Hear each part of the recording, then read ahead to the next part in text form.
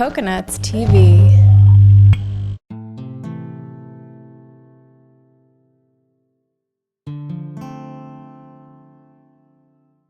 Myanmar is well known for its diversity, and perhaps the best place to see this is in Yangon, the country's largest city. Here visitors can find peoples from most of the nation's many ethnic groups, like the Shan and the Kachin.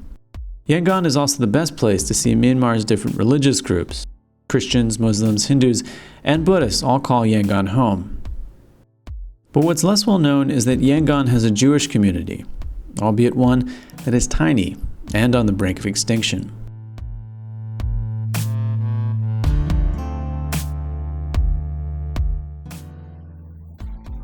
My family has been taking care of the synagogue for over 35 years, and we have such a small community in Burma, only 22 in the entire country.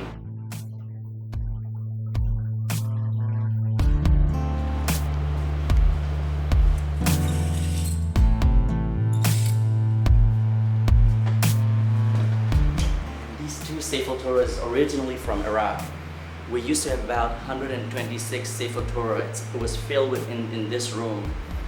But when the family left for to another country, they brought it with them. So just now, that's why we have only 2 left.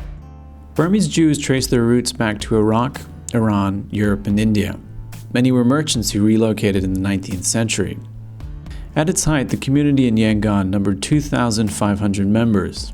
They were so influential that in the first years of the 20th century, Rangoon, as Yangon was then called, had a Jewish mayor. After the Second World War, both Burma and Israel achieved their independence, and the two young countries were close. Burma was the first Asian nation to recognize the State of Israel. The then Burmese Prime Minister was even the first foreign head of state to visit in 1955. Several years later, the Israeli Prime Minister David Ben-Gurion returned the gesture, spending 2 weeks in Burma.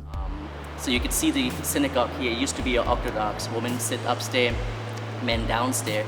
But now, because of the small community, we all sit together here. It's very difficult, difficult to get to get 10 people. We call it minyan, to get 10 people to start the prayer.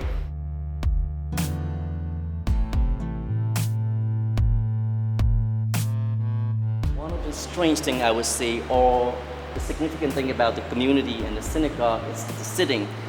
In every synagogue in the United States or any other country, you sit all facing to the Jerusalem. But in this synagogue, you see families sit together. So it's all these seating are face to face. All these family member men sit together, used to sit together, and you have your own desk that you could put your tefillin, you could put your prayer book. This is all your own place.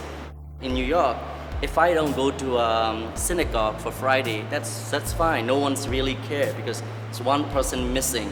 That's not going to change anything because they have 100 people at the synagogue every Friday. But in here, if me or my father not here, they can't start the prayer. So we feel more responsible to keep the Jewish spirit going on here.